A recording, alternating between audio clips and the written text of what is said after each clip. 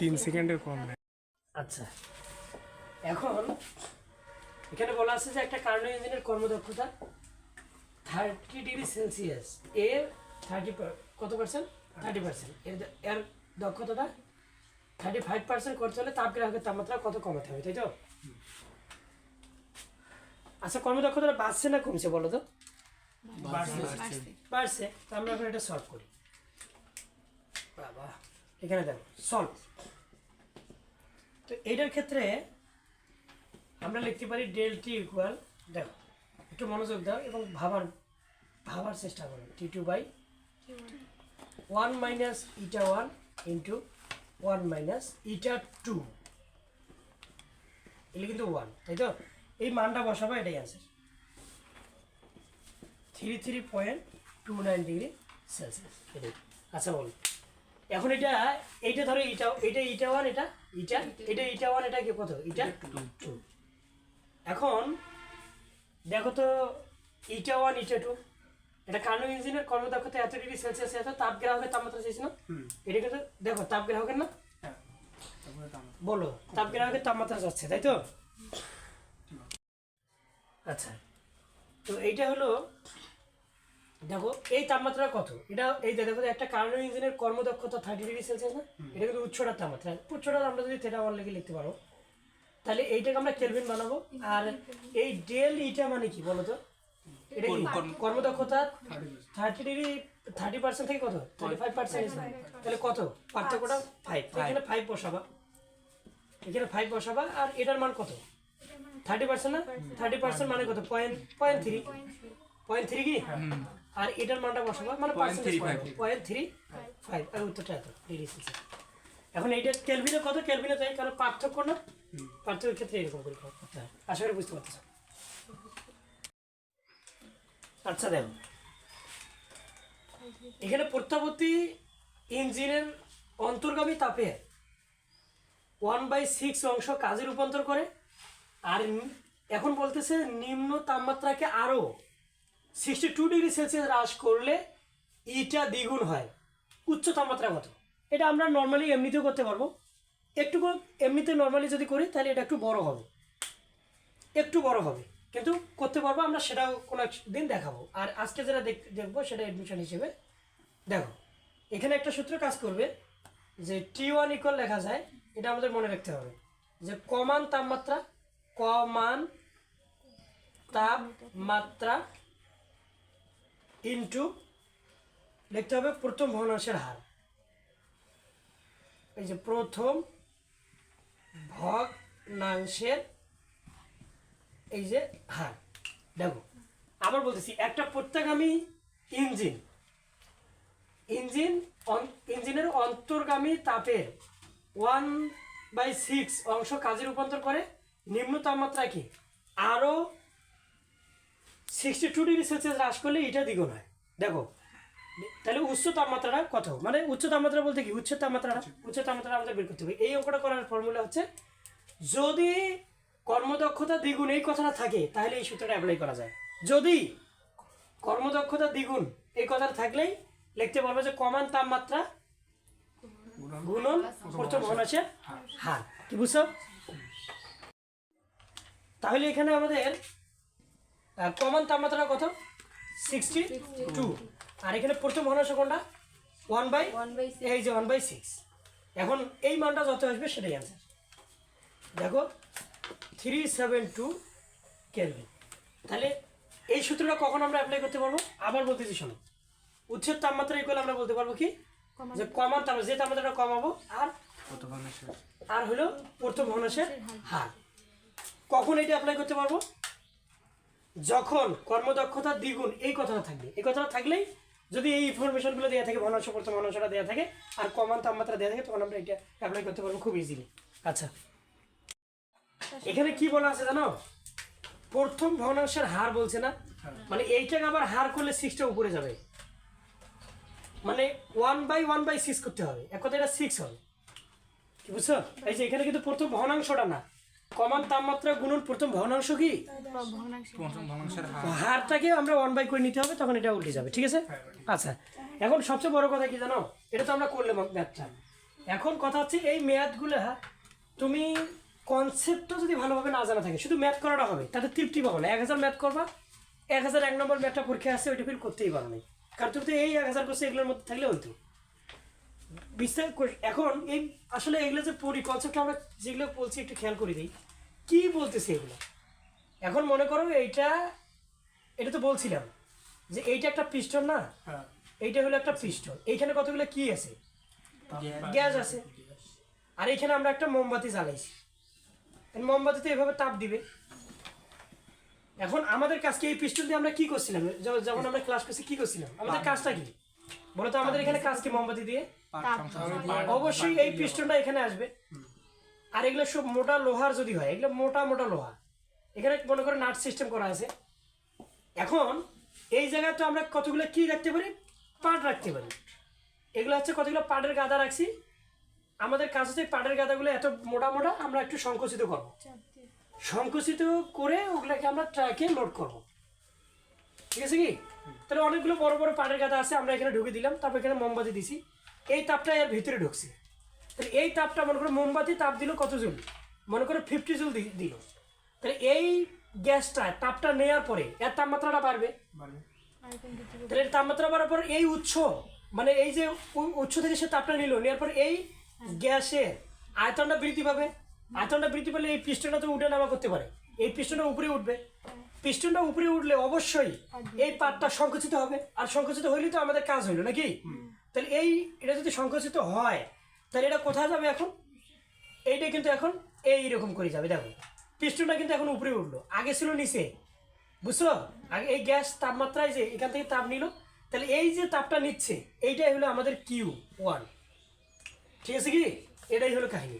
এখন কথা হচ্ছে এই পাটের গাদাটা, এই যে পাটের গাদাটা এটা তো সংকুচিত হইলই, এইটা আমি কি করব, এইটা এখন ট্র্যাকের উপরে রাখবো। মানে আমি মনে করি কোথাও এটাকে ইম্পোর্ট এক্সপোর্ট করে না, মানে এটা কোথাও আমি নিয়ে যাব কোন একটা জায়গায়, তো এখন ট্র্যাকে এটা রাখলাম। তারপরে কি আমার তারপরে কাজ হচ্ছে কি, এই নাটটা মানে এই যে ডালাটা যে আছে এইটা আমি খুলবো, খোলার পরে এই পাটের গাদাটা নিয়ে ট্র্যাকের উপরে রাখলাম।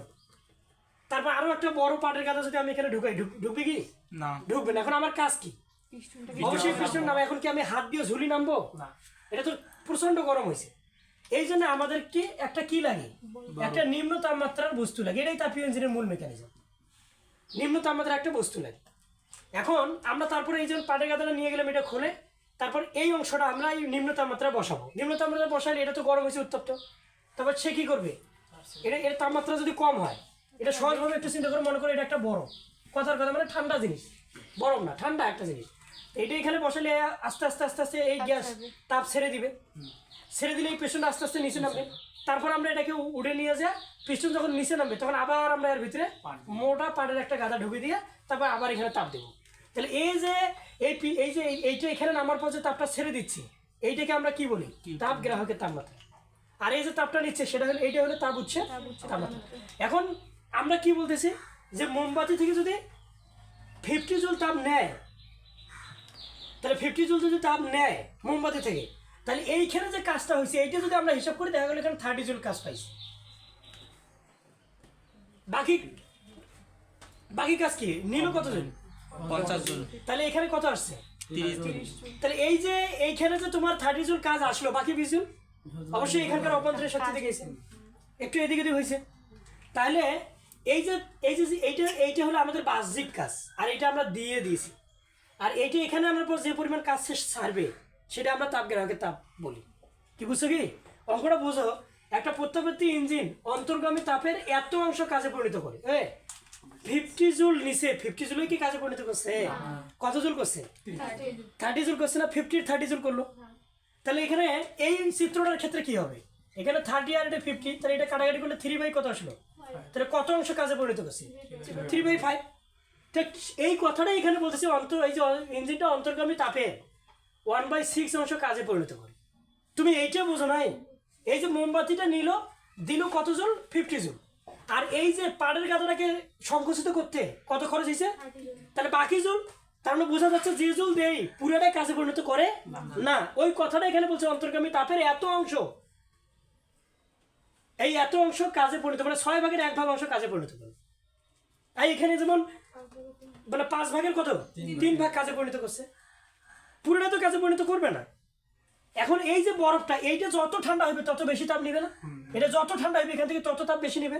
তো এই যে তাপমাত্রা বললো না নিম্ন তাপমাত্রাকে আরো 62 ডিগ্রি সেলসিয়াস হ্রাস করলে, তার মানে এইটার তাপমাত্রা আরো যদি কমায়, এটা যদি আরো খুব ঠান্ডা হয়, যত ঠান্ডা হবে তত বেশি তাপ বের করবে এখান থেকে। কারণ ঠান্ডা জিনিস তো যতক্ষণ পর্যন্ত একটা এভারেজে আসবে না সাম্যাবস্থা ততক্ষণ পর্যন্ত তাপ নিতে থাকবে না।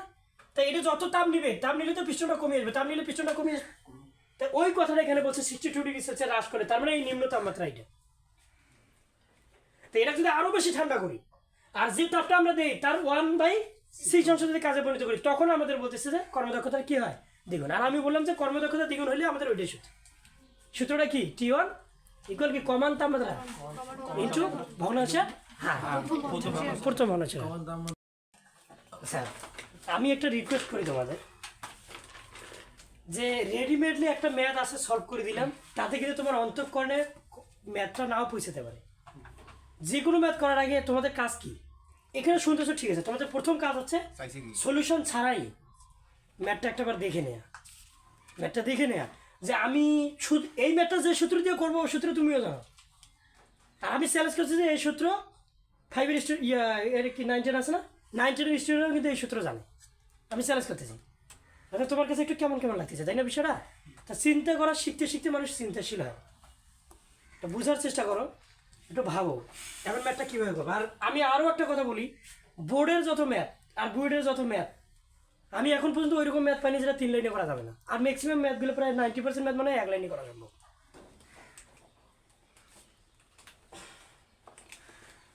এখন দেখো এখানে -5 ডিগ্রি সেলসিয়াস তাপমাত্রা 2 কেজি ভরের বরফ উপর থেকে পড়ে, ফিজিক্সের ভদ্রতা কি আর ভাষা কি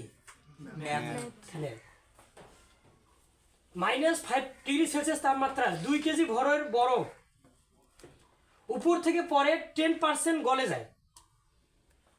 উপর থেকে পড়ছে বরফটা, তা পড়তে পড়তে বাতাসের সাথে ঘষা খায় না, খেতে খেতে গলা শুরু করছে, 10% গলে। এখন বলতেছে যে বরফটি কত উচ্চতা থেকে পড়ছিল, তাই তো? তা বরফটা পড়তে গেলে কি তাপ খায় নাই?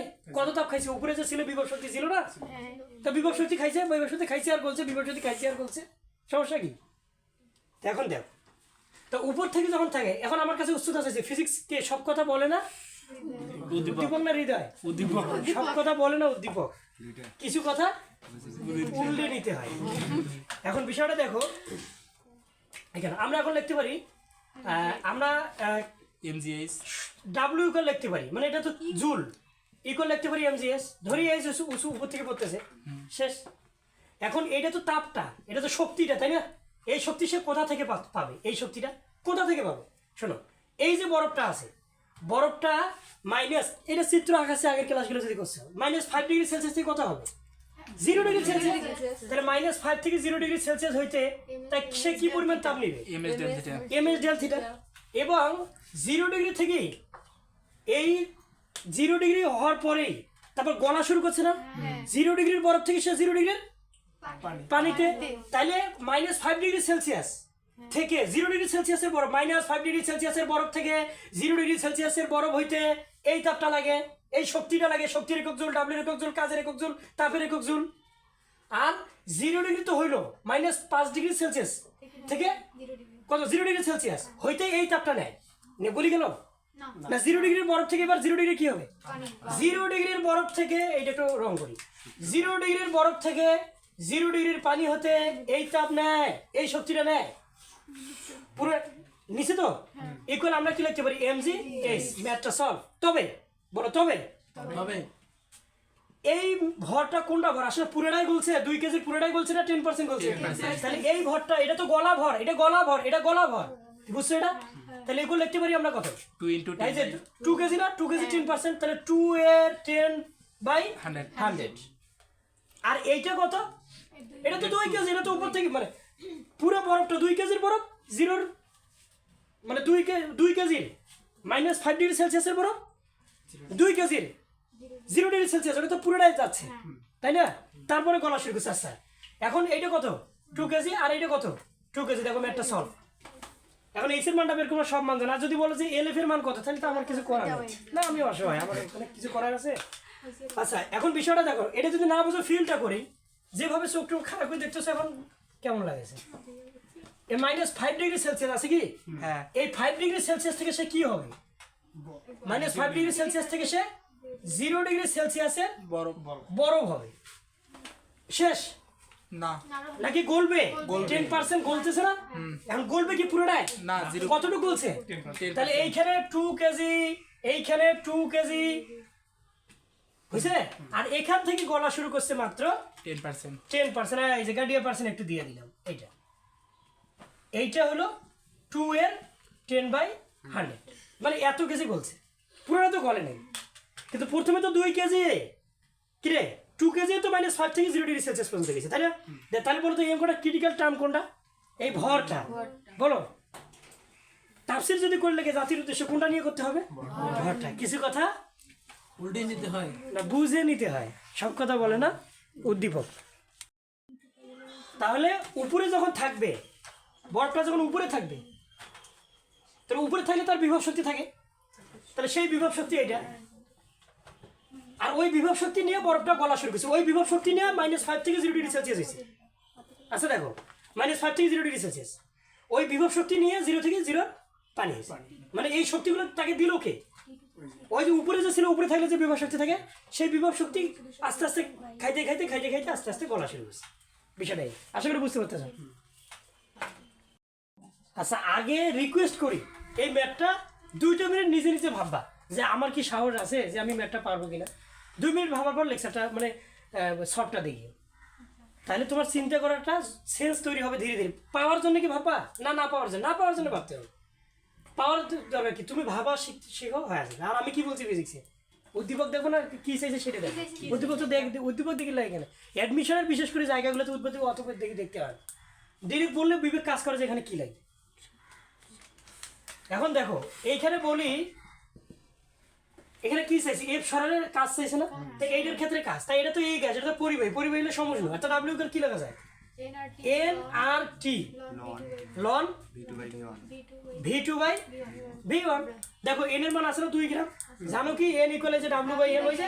সূত্র কি মুখস্থ না বিশেষজ্ঞ হইতে হয়? সূত্রে বিশেষজ্ঞ হইতে হয়। W/কি রে? W/M। এখানে কি গ্যাসটার নাম বলা আছে? তা ধরো এটা হিলিয়াম গ্যাস, এটা কিন্তু আসলে উদ্দীপকের ছিল, এটা লেখা হয়নি। হিলিয়াম গ্যাস, দুইটাই কি গ্যাস? Helium gas. তা এখন W/M, তাহলে W মানে কি 2 গ্রাম, আর M আর আণবিক ভরটা সলভ। এখন আসো আর এর মান জানো কিনা? টি এর মান জানো কিনা? আল্লাহ, V2 আর V1 এর যে কোনো কুলুই যে দেয়া নেই, করবোটা কি? এখন বিষয়টা বলি যে এইটা যদি দেয়া না থাকে তখন আমাদের কাজ কি? NRT লন V2/V1 লেখা যায় P1/P2। কিভাবে ভাইয়া? সমষ্ণপুরকে P1 V1 = কি লেখা যায়? P2 V2। ওইখান থেকে কি V2/V1 = কি লেখা যাবে? P1/P2 লেখা যাবে না এখান থেকে? এখন কেন আপনি ওটা সূত্র নিলেন? ওটা তো সমষ্ণ পরিবাহী, যে ওটা পরিবাহী গেলে সমষ্ণ হলে ওইরকম হয়। এখন চাপ যে ফির একটা দেয়া আছে, এখানে কয় অ্যাটম? এইখানে হলো 2 অ্যাটম। হয়েছে কি? বলো তো এটা কেন বুয়েট বা ইঞ্জিনিয়ারিং পরীক্ষাগুলো কেন এই জিনিসটা আসার যোগ্যতা রাখে?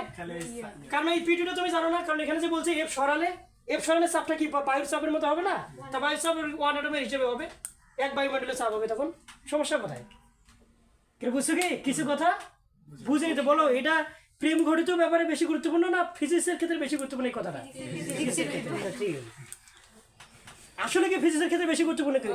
এই যে এফ সরালে দিচ্ছে, এখন ডাব্লিউ দেখে চিন্তা করতেছ, এর সাথে পড়া বাদ, এইটা পড়তেছে। এই জন্য উদ্দীপক সুন্দরভাবে ঠান্ডাভাবে পড়তে হয়। আর সবচেয়ে গুরুত্বপূর্ণ হচ্ছে সূত্রগুলো মুখস্থ না, সূত্রে বুঝতে পারতেছ? এখন এই মানটা উত্তর বলতেছে, এগুলো নিজে করে নিও। ডাব্লিউ কত বাড়িছে? 864.42 জুল। এগুলো তোমরা নিজে মান বসাই দেখো, সব মান তুমি জানো, এন জানো, আর জানো, লন জানো। এখন ক্যালকুলেটার যদি না জানো তার কিছু করার নেই। এবার বি গ্যাসটা নিয়ে তাফসীর পেশ করি। কিছু কথা আওয়াজ আসছে না কেন? কিছু কথা উল্টে নিতে হয়, বুঝে নিতে হয়। ও হ্যাঁ, উল্টে নিতে হয় কথা আমার আমি বলতে সাইলেন্ট। আচ্ছা দেখো, এখন এই যে বি গ্যাসটা, এটা কি অপরিবাহী কিনা? তাহলে অপরিবাহী হলে কি হবে? তাই কাজ চাইছে রুদ্রতাপের কাজ বসাবো, অত ভাবার কি আছে? আর এখানে একটু দেখো তো আধ্যাত্মিক লাইন দিয়ে, চোখ দিয়ে আচ্ছা দেখছো ওকে, দেখো তো কি কি জিনিস আছে এইলা নাকি। তো শুরু করি। তাহলে আমরা জানি ডাব্লিউ ইকুয়াল কি লেখা যায়, দেখো অনেক কিছু লেখা যায়, দেখো তো এগুলো মনে পড়ে কিনা। T1 বাই কি T2। এবং আরেকটা জিনিস দেখো, এন এর মান তো জানি, কারণ গ্রাম দেয়া আছে না, W by M equal N. তাহলে এন লিখলাম, এইটা ইকুয়াল কি লেখা যায় 3/2r। তাহলে সূত্র মুখস্থ না অভিজ্ঞ? কখন যে কোন সূত্র কোন জায়গায় দিতে হবে এবং তৃপ্তি সহকারে বুঝতে হবে সিবিটা কি, আরটা কি, পিটা কি, টিটা আসলে কি, তৃপ্তি সহকারে বুঝতে হবে যে রুদ্রতাপটা কি। বুঝার তৃপ্তি সহকারে বোঝা এক জিনিস না। তাহলে এবার এইখানে দেখো, এই মানটা তো 300 কেলভিন, এটা কি এখন বুঝে দেবো? এটা আছে না 27 ডিগ্রি সেলসিয়াস আছে, তাহলে এটা কত আসলো 300। এখন এই T2 এর মানটা এটা কি রুদ্রতাপ কিনা? তাহলে এখন বলো তো বিবেক কি বলে, দেখো তো চিৎকার করতেছে কিনা। T1 T2 V2 by V1 gamma minus T1 একটা সূত্র না রে। তো এখান থেকে কার মান পাবা? T2 এর মান পাবা। ওই T2 এর মানটা এই যে দেখো, দেখছো তীর চিহ্নের স্টাইলটা, বিভিন্ন স্টাইলে T2 টা চলে আসছে। কি লাইন চেঞ্জ হয়ে গেছে? এখন দেখো এইখানে কি ভি দেয়া আছে? নাই। তা ভি যদি দেয়া না থাকে এই সূত্র না, তাহলে কি দেয়া আছে? পি দেয়া আছে না। তাহলে টি এর সাথে পি এর সম্পর্ক কোথায়? T1 P1 1 minus gamma by gamma. আর T2 P2 বলো, P2 1 minus gamma by gamma. বলো তো এবার সব মান দেয়া আছে কিনা? এখান থেকে তুমি কার মান পাবা বলো? এখানে এটার মান কত দেয়া আছে? 2 অ্যাটম। আর এটার মান কত ধরবে? যেহেতু বলটা যদি সরায় তাহলে তো ওটা বায়ুর চাপের সমান চাপে হবে, তখন কত হবে সেটা? 1 অ্যাটম। আর বাকি সব মান দেয়া আছে, দেখো এই T2টা তোমাকে বের করতে হবে। দেখো একটা বিষয় বলি, দেখো যদি এখানে আয়তন দেওয়া থাকে এটি দিয়ে T2 বের করবো, আর যদি চাপের তত্ত্ব দেওয়া থাকে এটি দিয়ে T2 বের করবো। এই যে এখানে T2টা বসাবো, আর প্রথমে আমরা অত মনে ছিল না তো ভিডিওটা লিখছি, তারপর এটা কি বুঝতে পারতেছ সব? তাহলে শোনো, ফিজিক্স যে চিৎকার করে আসলে চিৎকার করে। যদি তুমি সূত্রটা লিখতে বলে, দেখো কান লাগিয়ে শোনো, খুব জোরে চিৎকার করছে, টি বের কর, টি বের কর, এরকম করতেছে, দেখো খুব জোরে চিৎকার করতেছে না। আর তুমি যখন করছো টি সমান কি লাগবে, তখন ফির এই সূত্র চিৎকার করছে, এটাও চিৎকার, তখন এটা চিৎকার করে না একটু কম, কারণ আর মান দেয় নেই, তাহলে এটা সূত্র চিৎকার শুরু করছে, তখন ফির এখান থেকে তুমি টি বের করবে। আসলে বুঝছো ফিজিক্স কীভাবে শুরু করে লাগে? আমরা উদ্দীপকের চেয়ে বেশি কঠিন হই, মানে উদ্দীপক এমন মানসিকতা নিয়ে পড়ি, উদ্দীপকের থেকে নিয়ে শরীরটা একেবারে রক্ত টক্ত সব গরম হয়ে গেছে, খুব কঠিন হয়ে গেছে। এরকমটা না, সহজ কথা কইতে আমায় কহজে, সহজ কথা যায় না বলা সহজে। হ্যাঁ দেখো এটা কত আসলে মানটা রে, এটা করিও তো জীবনে কোনো একদিন মানটা 454 পয়েন্ট কত 57। এই মানগুলো বসাইও সলভ করা যাবে। আর মনোযোগ দিয়ে কথাগুলো শুনিও, তাহলে তুমি চিন্তা করা শিখবে যে ফিজিক্স কীভাবে সলভ করে। তো থ্যাংকস।